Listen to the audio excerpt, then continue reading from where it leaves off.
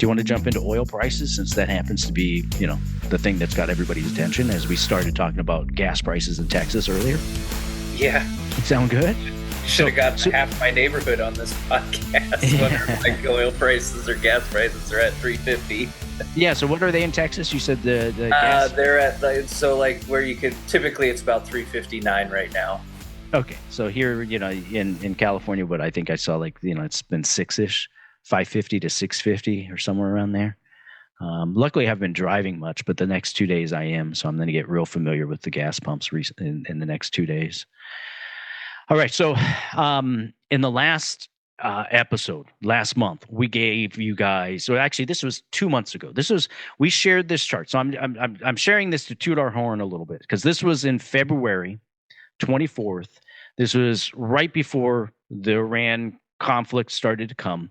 We showed you this chart of oil prices, and we talked about this textbook bullish trend line. We talked about that there's this overhead target around $80 because that was the high last year.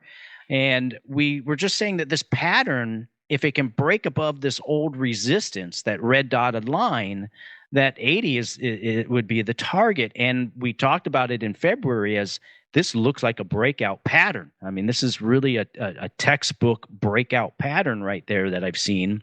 So then fast forward to the following month, and we did get the breakout. We didn't know that the breakout was going to happen so quickly. And to kind of recap also what we talked about back then is I shared this chart from Jason Haver of Pretzel Charts. And this is a chart that Jason's been doing for 10 years.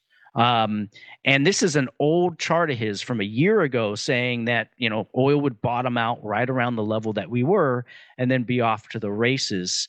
And so we were using a few of these things for our thesis that we thought short term, intermediate term, and even long term, call it, weeks, months, year, that oil prices were probably going to be on the upside, even with all the electric cars coming out, all this different stuff.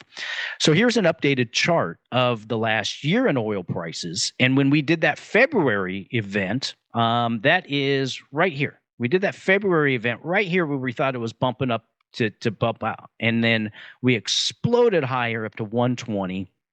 And now we've corrected.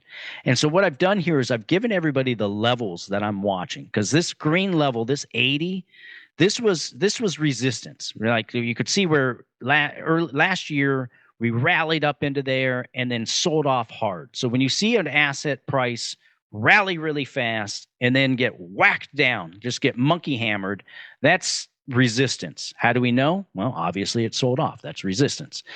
So that's typically kind of like in muscle memory, that's a place that people are going to want to sell. And so when you look at what happened recently, we didn't even pause. Normally you come up to resistance and you pull back and you go back up, but we just exploded right through this thing, hot knife through butter.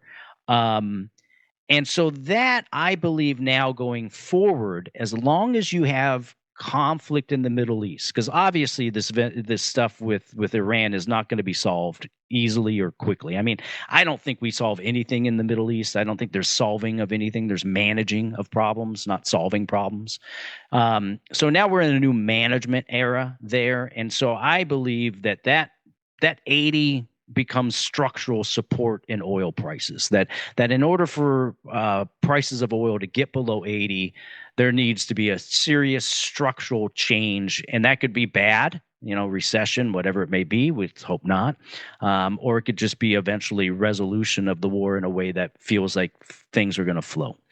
But nonetheless, if we thought over the last couple years the range of oil was 60 to 80, 60 to 70, I think the new range is 80 to 100 if you're in a market that is healthy. And the market can digest 80 to 100 here. This other line that I drew here at that 90 level, this is a level that we broke below. And this is what, as I'm watching the market, is kind of what I've called the trigger of correlation. It seems that when oil, and today we're at 94. So today we traded above this line and closed above it. And what I'm seeing happen is that when we seem to get over 90, close above 90, the stock market starts selling off. That seems to like set off some algorithms. At least it was for a while. We'll see if it continues to do that as we go forward. So we crossed over today. We closed on it today. I'd be interested to see if that triggers some selling tomorrow. But nonetheless, once you're over that, you start to get attracted to this 102 line, which is this dotted line. And if this excursion in Iran doesn't get worse, if it stays kind of in the malaise that it's at or starts to improve, we probably don't get above that 102 and we trade back down towards 80. But if we get above 102, if circumstances tell me that if you get above 102 in this kind of pattern, then you're going to make another new high. Then you're going to 120, 140. You're going higher in oil. So I'm really just watching these lines. I'm not trying to make any predictions. I'm not trying to be smart. I'm not trying to get ahead of the curve. I'm just watching and seeing what the market is telling me. And right now, oil prices are over this trigger line that I've been seeing for a few weeks, that if oil's over 90, markets get a little rocky. So that's what I'm watching here. If you like energy names, the Exxons, the Chevrons, the British Petroleums, this is great for them. They've also had some really good sell-offs in the last 3-4 weeks. We've seen oil prices since this peak, along with energy names, have a pretty darn good correction the last couple weeks. So if you were feeling like you were missing opportunity in the energy space, it may want to be back on your radar because it has cooled its heels and has had some pretty good sell-off. So, Justin, I'm going to open it up for any comments for you, but I think the bottom line here is that the volatility will continue. The beatings will continue. I think 80 is probably structural support. Like if you're tempted to trade this beast, that's a level. And then I think if you get over 102, the upside makes upside really, scary good for everybody. And then the 90 level is really kind of the trigger point that I'm watching. I'm not like in our client accounts for all the Quiver clients, the ways we've played this is we've had a couple MLPs and then we've had our energy holdings. And while all this as we were spiking up, we've sold into that. So our energy holdings now in the portfolio are the smallest they've been in the last 3 years. They were much larger a year ago than they are now. So no Quiver clients know that if you looked at your portfolio in October, November, and you saw that we had 10, 15% of your portfolio in energy names, just know that now is a lot smaller because we've been selling into that strength. And I don't think I'll go back to that well because there's other things that still have good opportunity out there. And as an investor, there's a lot of ways to play the energy space as I put up on the screen. So Justin, do you have anything you're hearing from your clients, any questions or anything you are thinking is important that adds to the value? Yeah, maybe if you could share a little color on, Trump has come out and said that, all of these countries have been sending their tankers here to pick up oil here. Yeah. How that might affect one way or the other of the price of oil if it doesn't do anything to it. And then, if there is a, to your point, yes, there's never going to be a solution. It's always just going to be managing a problem. Yeah. If things start to escalate, would the levels then change to be maybe more, rather than the 80 to 100, does it now become, call it 95, 115 or something like that? Yeah, it could. So you're asking if things really escalate, you get boots on the ground, or we wake up one morning and, Iran has been effective at blowing something up that was important to us. So if there's some escalation, which the chart of oil is telling me that that's a possibility. So yeah, there will be a new floor, but the charts, we haven't gone far enough where the charts are telling us where that is. Like the current levels are what we have to work with, but if it gets worse, we'll have new levels. Absolutely. And I think two things that people are going to hear in the news, that they need to separate the noise, the fact from fiction.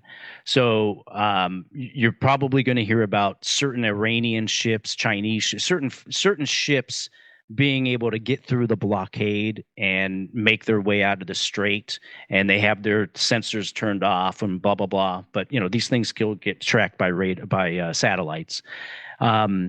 That and it'll give the impression like, oh, Iran's getting away with something. I think what you'll see there is the U.S. is just going to let those ships get out into open water and then go seize them like they did with Venezuela. So, like in the short term, it's going to look like, oh my God, we're losing there. We're letting things trickle out. But I think there's a plan there that once they get into international waters, the U.S. Navy is going to seize those things, and all that oil is going to come into the Treasury, right? So that will help alleviate some of the supply issues, but not enough. It'll just prevent oil from getting to 120, and it won't bring oil down to 80.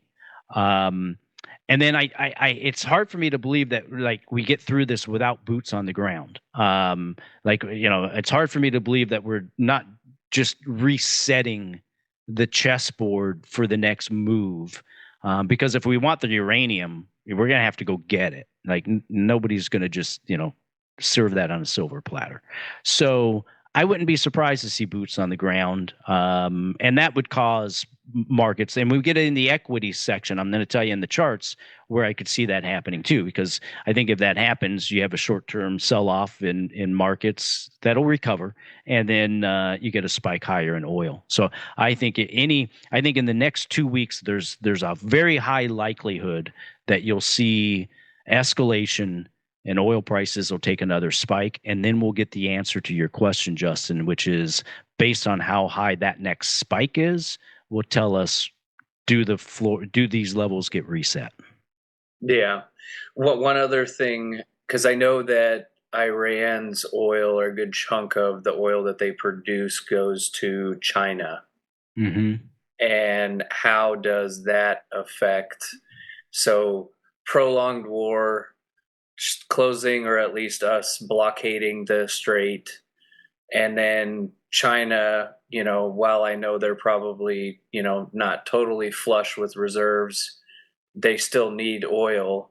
And does that create a bigger conflict? I guess is probably something we need to just continue to think about and watch more than maybe. Well, it brings up the Taiwan play. I still am incredibly optimistic and bullish on the other side of the, like when we get to the other side of this.